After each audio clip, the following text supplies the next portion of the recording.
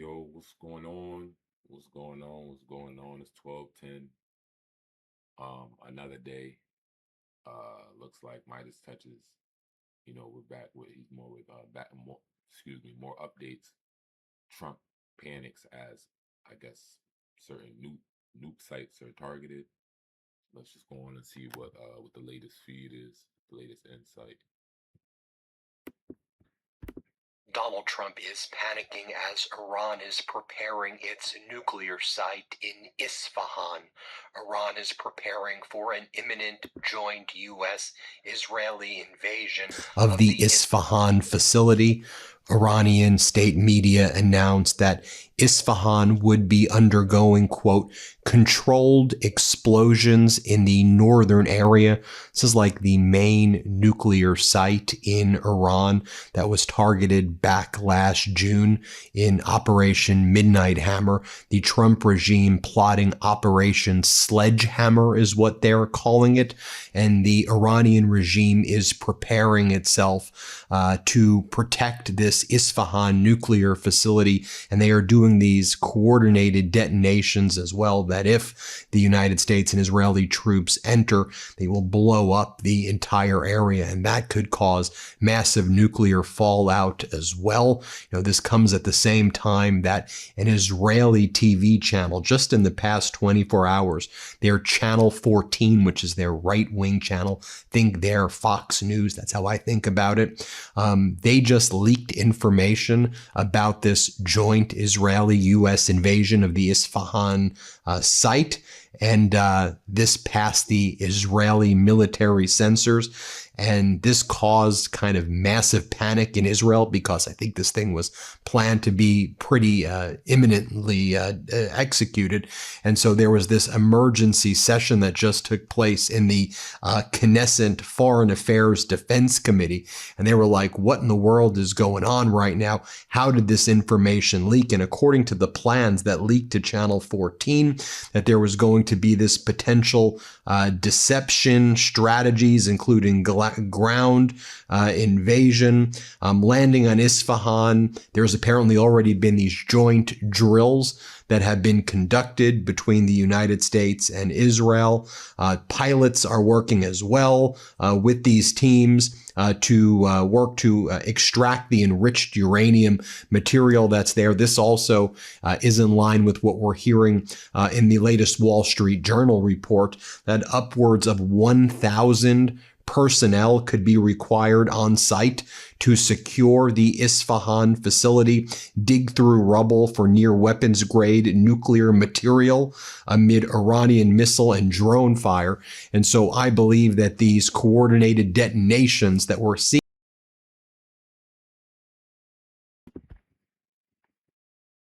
Iran has nuclear weapons and they got sites. I told you they got stuff over there in the mountains. We gonna sit here and all right, you see, all right, they got stuff, man. And it's just we trying to find it. It's going down. Seeing at this nuclear site right now are preparing for precisely that right now, this invasion, which could happen any moment right now. And right now, this is what will happen. When Americans and Israeli fighters jet bombed these nuclear sites, the regime was believed to have had some 440 kilograms of 60% enriched uranium, a short step away from weapons-grade material. That's enough for an estimated 10 nuclear bombs. Another almost 200 kilograms at 20% enriched were also believed to be in the regime's possession. Weapons-grade uranium is 90% enriched, and Iran saying, look, we were always going to use this for civilian purposes only, but now we're seeing as Donald Trump allowed Kim Jong-un to get nuclear weapons and everyone leaves them alone, why wouldn't we get nuclear weapons as well? With all of this happening right now, Khan News out of Israel and Channel 12. They're announcing that Israel has assessed that Donald Trump has decided to attack Iran. It's not a matter of if, it's a matter of when, with joint U.S.-Israeli preparations fully complete. You see how all of this is kind of all lining up together right now. Israel is now on its highest alert since this fake ceasefire started and says it must strike first or risk a preemptive Iranian attack. Like, we're back to that. We must strike first or we will get a preemptive attack by Iran. We must strike you before you strike us. And then we will say we all needed to destroy you in the first place. I mean, they're literally doing the same shtick again. Israel held a 5-hour security meeting last night with IDF chief and Air Force commanders, and Netanyahu requested to cancel his court testimony, which is now today. So that gets canceled because of the security developments. You know, he's in a criminal trial, this guy. In addition to his war crimes in Gaza and elsewhere, he's a criminal. And in my opinion, of course, and he's being tried for his crimes. He always uses this as an excuse to delay his criminal trial. Sound familiar? So at the same time that's happening, the chairman of the U.S. Joint Chiefs of Staff and CENTCOM commander, chairman of the Joint Chiefs Dan Kane, and CENTCOM commander Brad Cooper, they landed at the U.S. CENTCOM headquarters in Florida. This follows Brad Cooper's disastrous appearance before the House of Representatives. Remember that horrible appearance he did yesterday that I covered? You know, as they're preparing, it seems, you know, to do this mission, which I think would be absolutely a catastrophic mission in Iran's nuclear site, and then potentially also in Karg Island as well. I think things are going to escalate very, very, very quickly. Here's what the Iranian social media accounts are posting. Quote, "For us, surrender means nothing. We either win or we martyr.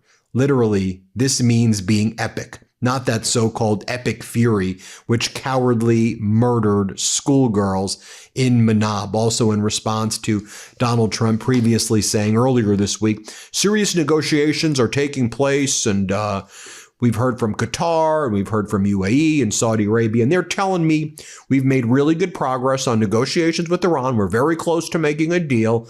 The Iranian social media accounts are saying, cool story. Your threats are older than your hairs, but let us remind that we don't negotiate with tweets.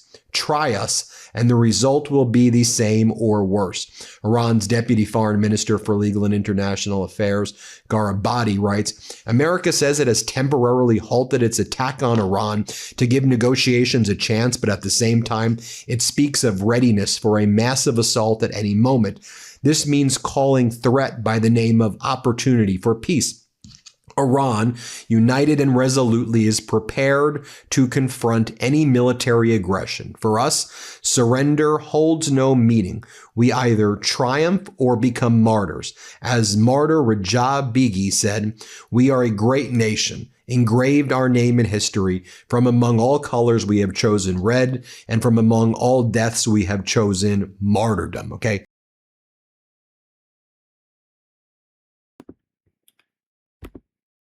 That's what people not understanding. Like, this war against these nations of the East, this is a religious war. Forget all the politics, forget all the money, forget all that stuff. This is about religion. This is about these are ancient things and ancient prophecies. I don't care what y'all talk about. Y'all can get all Asmongold on me, all that. You feel me? This stuff is deep. This stuff is deep, man. This stuff is deep.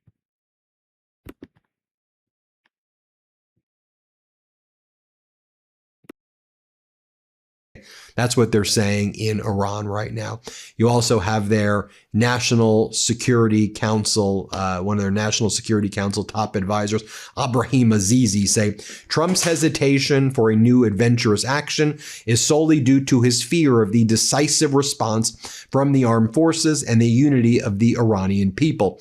It is clear that he does not attach any value to the mediation of the leaders of the Persian Gulf countries. Now, we've been reporting here on the Midas Touch Network over the past week, particularly how we always know there wasn't really a ceasefire, but we've been pointing to as well these explosions in the United Arab Emirates nuclear plant, purported drone strikes in Saudi Arabia, an Israeli nuclear facility exploding with a giant mushroom cloud there, an MQ-9 Reaper drone belonging to the United States being shot down, Iran being able to detect lots of U.S. planes over Qeshm Island, reports that the U.S. was actually stunned about Iran's ability to detect these U.S. planes and potentially shoot them down.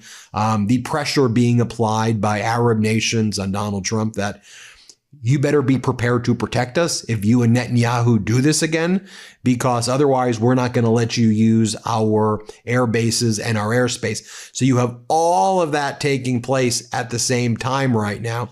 And by the way, it's barely getting any coverage anywhere at all. And it's not a coincidence that Putin is with Xi Jinping right now. Why? Donald Trump shows up with Xi Jinping. Xi Jinping gets the information from Donald Trump. Putin shows up where they basically plan together and sign actual documents regarding their alliance while Donald Trump gets played. I think Donald Trump begged Xi Jinping, is there anything we can do with the ICC, the International Criminal Court? Like, could we destroy it together, me, you, and Putin? Could we be a team, Donald? Xi Jinping and Putin do not like you. They're not your friends. Your friends were NATO. You had allies in Asia, and you threw them all away. And you have now turned America first into America alone. Oh yeah, Donald, guess what? Putin got the same, if not a better greeting than you did. He had the kids jumping up and down. It's the same show that Xi Jinping puts on for lots of world leaders, and Putin got a better one than you did. Wang Yi, Donald, was the person who met Putin when he allowed the foreign minister. You didn't get the foreign minister to meet you. You got. That's why I don't understand what these other YouTubers, they got to be being paid at something to make it seem like Trump is doing something good, because especially when he went over to meet with Xing or Ping, the Chinese, the Chinese government's over there. Like, what? People were just looking like he handled that right. He handled it perfect. The body language. I don't know what type of delusion people over here in the States are seeing with Trump. But that's I don't know. I'm not even gonna get into that. Let's just continue. I get a little carried away. Let's continue. Got like a retired vice president who showed up and met you. As I noted earlier, Iran is very much focused on Isfahan. They're prepared. They know that that's basically Normandy, right? I mean, the United States and Netanyahu have choreographed it. It's one of the reasons why the Knesset held this emergency meeting, because, their version of Fox News, their Channel 14, leaked the plan. And Iran knows it's coming. Iran is activating its defense systems, its air defense systems in and around Isfahan. They're ready to go. And they're saying that the same way they activated air defense around Qeshm, they are prepared. We've learned from the mediators who have been involved in these discussions between the United States and Iran that no progress is being made. What Iran wants is an end to hostilities, financial relief, and they still want some role in the Strait of Hormuz. And they're rejecting the U.S. demands because they said, hey, the only reason that there's a ceasefire is because Donald Trump said that he was going to blow us all up. He backed down. He caved when he said, I'm going to blow you up into the Stone Age and blow up all of your bridges. He threatened all of that. And then he announced the ceasefire, agreeing to the 10-point framework of Iran. And then he didn't want to abide by it. And then he keeps on making up fake deals this. Iran's agreed to this. Iran's agreed to that. And Iran's like, we're not agreeing to any of this. We've always been saying for months now what our negotiating framework is.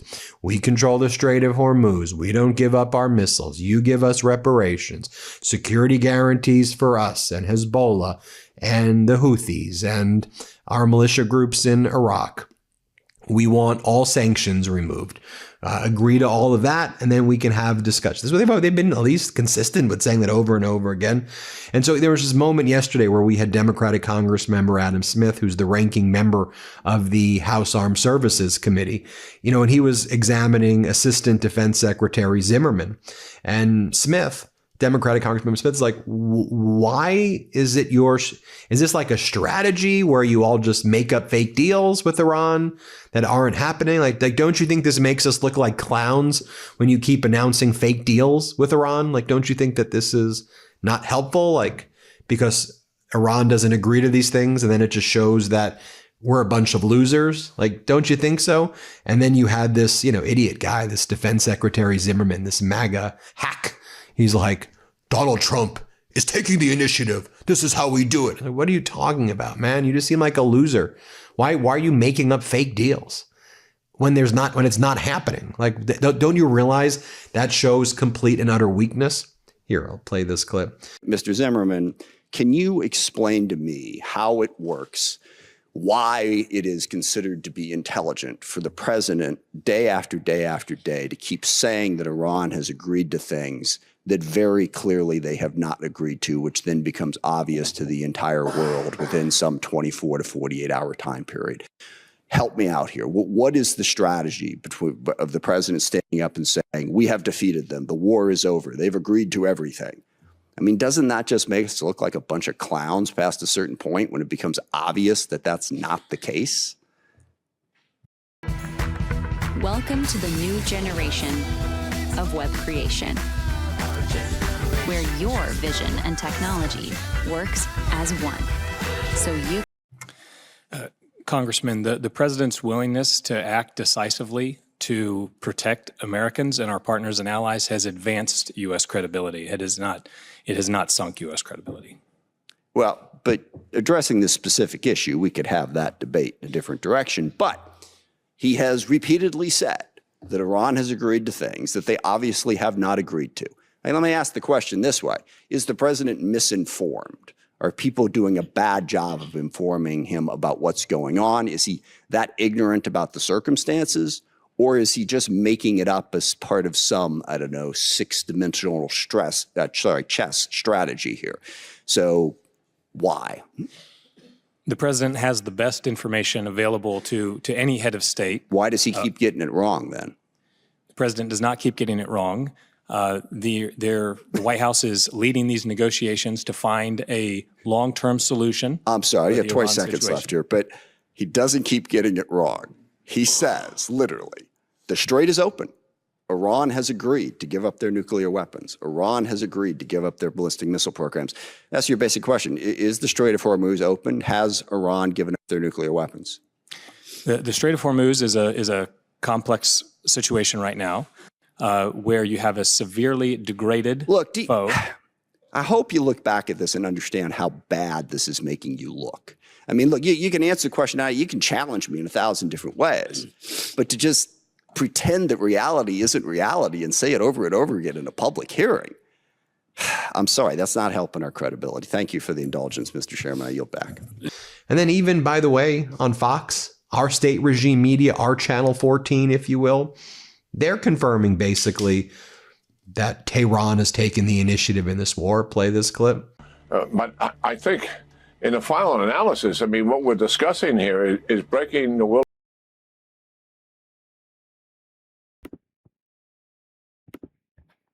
Like, what are we really doing, bro?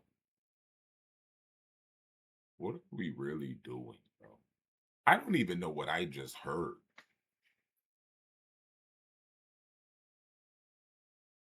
Like, who do we listen to? Who do we, and then y'all judge people or do, bro.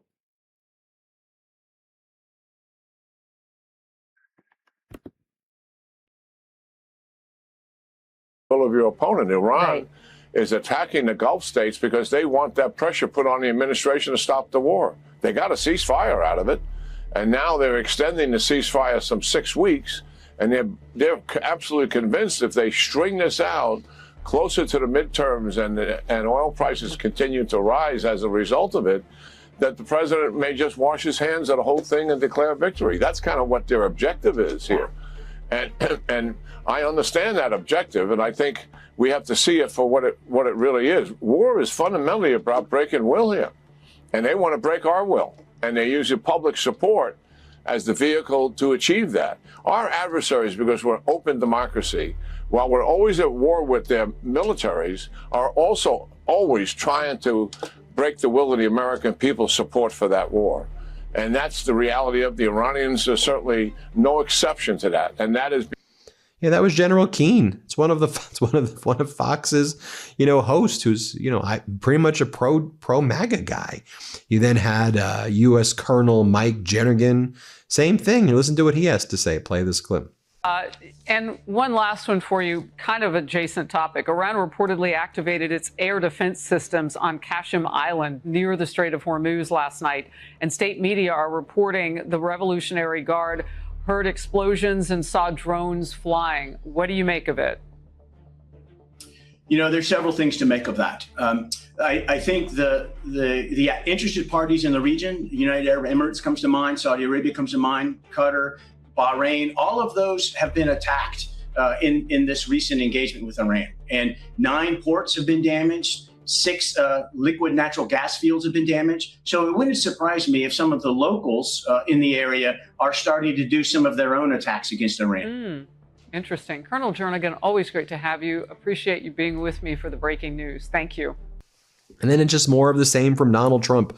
The war is going to end soon. Oil prices will come down. Just you wait. Here's what he says. Play this clip. Now we're blowing it away. We're blowing everything away, and we're going to end that war very quickly. They want to make a deal so badly. They're tired of this. This should have happened for 47 years. Somebody should have done something about it. And it's going to happen, and it's going to happen fast. And you're going to see oil prices plummet. They're going to come down. There's so much oil out there. They're going to come plummeting down. Then Energy Secretary Chris Wright, who told us that we would have $2 gas this summer. Remember, he promised us $2 gas, everybody. And Donald Trump said, your energy prices will go down 50%. I guarantee it. I guarantee it. Big money, big prizes. Remember that game? All right, here's what Chris Wright had to say. Here, play this clip. Thanks for having me, Martha. So where do you expect the prices to go over the summer? What's your assessment, given supply and demand over the summer? Are they going to go higher? Hey, I don't make projections, particularly about the future, Martha, but I will say that under President Trump's leadership, we're at record U.S. oil production today, record refining capacity. We changed the blending requirements this summer to allow us to produce even more gasoline than we would normally produce for the peak summer driving season. And with 30 other nations around the world, we've released extra crude in the market during this disruption. Because yes, there is a disruption. Prices are higher than they would otherwise be. But I think President Trump summarized it well. This is a price we're all having to pay, but the cost of inaction is vastly, vastly larger than this price. And then finally, you had, I didn't show this in the video yesterday, but I thought this was pretty powerful. Part of the cross-examination of Admiral Brad Cooper, CENTCOM commander, by Seth Moulton. This is another part of it that I haven't showed you yet. Here, let's play it. Creating custom clothing with Tap Stitch is simple. Start by choosing a garment, then click Design Now.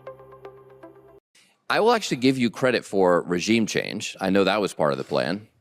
You've replaced an 86-year-old in failing health with a fatwa against producing nuclear weapons, with a more hardline guy in his 50s who, in case he wasn't hardline enough, you killed his immediate family. Was that part of the plan?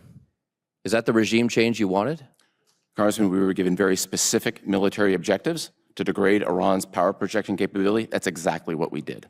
Okay, so in the course of doing that, you also lifted the oil sanctions on Iran, giving them about $14 to $16 billion. They can buy a lot of ballistic missiles for that.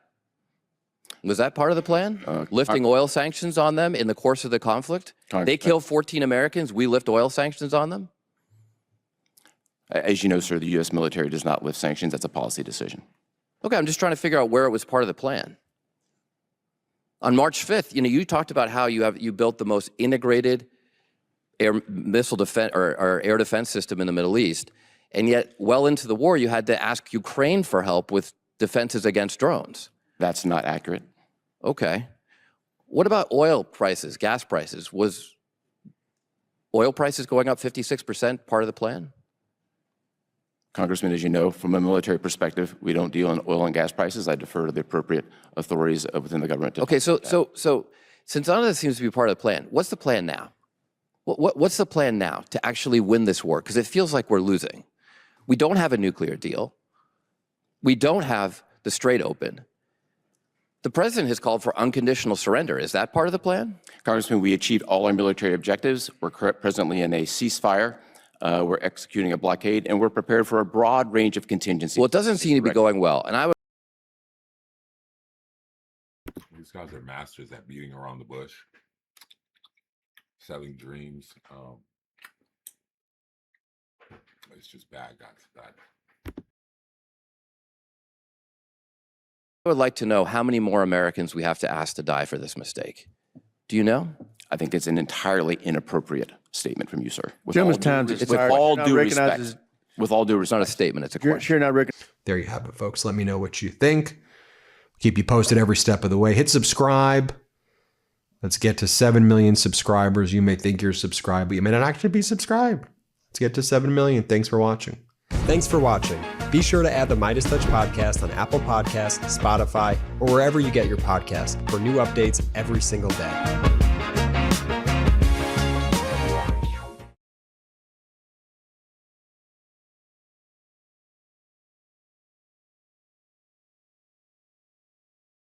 Donald Trump's new acting. All right, y'all. So that was that for as far as I guess Iran's on high alert. Trump's panicking after, once again, after I guess Iran showed off some nuke sites. I don't know if they're y'all give me more information, in terms of Unlock the world's largest, most liquid financial market with U.S.-Israeli invasion of the Isfahan facility. Iranian. Yeah, so they're basically trying to storm some facility that's of Iran control. But y'all, stay in touch. We're gonna be doing reactions all day. You guys give me your input on what's going on. How y'all feel about what's going on right now. The Strait of Hamas, all that. And let's get to it. Till next time. Salute.